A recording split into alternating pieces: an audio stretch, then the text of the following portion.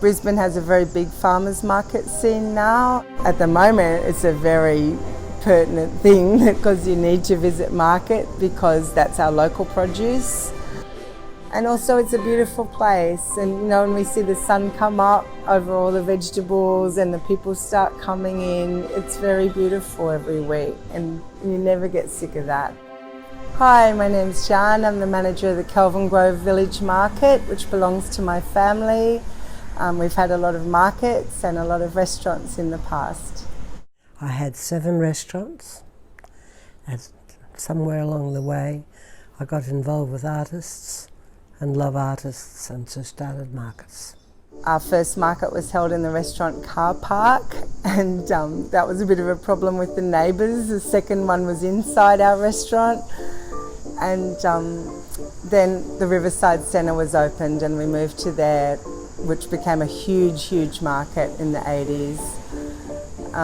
Followed by South Bank Market, which we opened as well. A bit later we had West End Market, and Kelvin Grove came after that. The market started when I was in Cat's Tango, which is a restaurant I had at St Lucia, which is a rather exotic fancy of mine. So I started one initially in my car park to give them somewhere to sell their things, which turned out to be, I had to find somewhere else because it was blocking up the neighbourhood, and I moved to the city. And we started with about maybe a dozen talented artists and ended up before Expo with at least 150 who all made their own things. I suppose normally they would have to have a gallery, expensive showing, and you know, hope people will come and buy, but at a market they can do a smaller product, more accessible to the public, better price for the public, and make a living so they can keep being an artist and not have to work other jobs. Then I somehow got involved with the farmers. So I started with farmers over at West End. That one market was mine too. We started that, how long ago? 10 years or more ago. And ran it for 7 years. Riverside was the first. Nobody else was doing it there. And Riverside, which is probably 30 years, I've moved it 4 times because of construction. Since then, so many markets have sprung up everywhere. But, you know, it's good to be first. Like, we were really the only 2 in the city in the 80s, and they just went crazy because shops were closed on the weekends then, and there were no shops like Crazy Clark's or $2 shops, so market was the only place you could buy oil burners and little bits and pieces like that. When they found that we had a market where we cared about the people and that were attracting attention from tourists and other people who came there to buy, whether it be kids' clothing or whatever, and that we had music there, just naturally grow.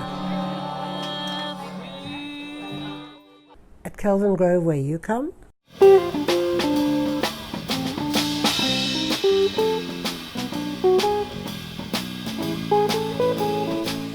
that they requested I come there to create it. Everybody around there requested it. The university, the shopping centre, the council, the government. And so it was hard in the beginning. In the beginning it was quite difficult there because nobody knew where it was, and also they had prisoners coming out of the jails going into Queensland housing there. So in the first year or 2 it was quite dangerous. But we persevered. And now it's nearly 15 years old. So, and it's for the people. It's for the people that come there, meet each other on the weekend, buy their vegetables. It's a community thing, which I really quite approve of. They can come down, practice their English, and feel at home with people and see the same people every week. So they feel like they have some friends here. And it's also a good place to meet people and eat with other people, and it's a very kind place, market. Market is good for lots of people, so it's great for farmers because they can sell their produce directly, which is also great for public because it's much fresher, you'll be able to keep it for weeks and weeks, and it tastes way more beautiful. Also, a lot of retired people like to have market stalls, so they mightn't be out in the workforce anymore, but they might be great at making something or have a special skill, and that means they still have social life, can come and see people every week, they have friends, they're not lonely. It can be very helpful for people who are struggling, if just not coping really with working. It's a good way to come back into work, is coming to market and starting a little stall. You really have to keep balance in the market, so balance is very important. Like, you can't have too much of the same stall. You do have to be careful who you put next to, and cooking stalls you don't want next to clothing stalls. For a food market, in the beginning, you really want to get your basics together. So food, meat, vegetables, then a bakery. You have to have at least those 4 staples to get going. And then it's keeping them. And in the beginning, markets are really hard to start because people don't know they're there yet. It takes a while for people to build up regulars. We really all just learnt how along the way. And my daughters grew up with me in markets and restaurants, so it's all people stuff. I left school at 12 and I've never had a lesson in my life. It comes from instinct. It comes from instinct and imagination, which is all you really need in life. I do work during the week as well, usually 4 to 5 days, and I work as a stylist, so I'm usually just dressing people and dressing windows and things. I'm here at 3:30 in the morning, and then there are stalls that are here a little bit before me, and we close the roads early in the morning then and get all the safety things out. Rob, our operation manager, does all that. We have permanents who are here all the time, and then we have casuals who come and go when they want. So usually I have a casual list, and then I meet them, I discuss what they need, and then we just pop them in a spot for the day. You give us a call if you are like an organic farmer. We want to see your credentials and check that you genuinely are. We have to check we don't already have too much of your product in the market. We'll usually put you on a waiting list if we already have a lot of that kind of product.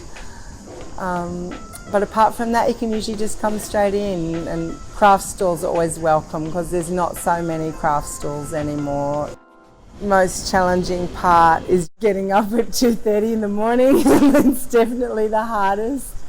It makes your weekend a bit crazy. You can get a lot of, not very well people coming through the market early in the morning when we're setting up, or even during the day. We get thieves. We'll have to watch them, follow them. Storeholders are good at protecting each other, so if there is something like that going on, I usually know pretty quickly, and we're on to trying to get a photograph or find out who it is. Weather is challenging, extreme heat, extreme rain. I do find after a high stress job, I love to come and see my market friends. I'm always proud of my storeholders, and I love that the market cares for everybody and cares, and the customers too care back for the storeholders. If someone is sick or something bad has happened, it's like a very big family. So all the kids come, we see all the kids grow up, their babies grow up. It's a very supportive place. I know how all the nationalities mix together, and it's peaceful and beautiful. I wish the world could be like market.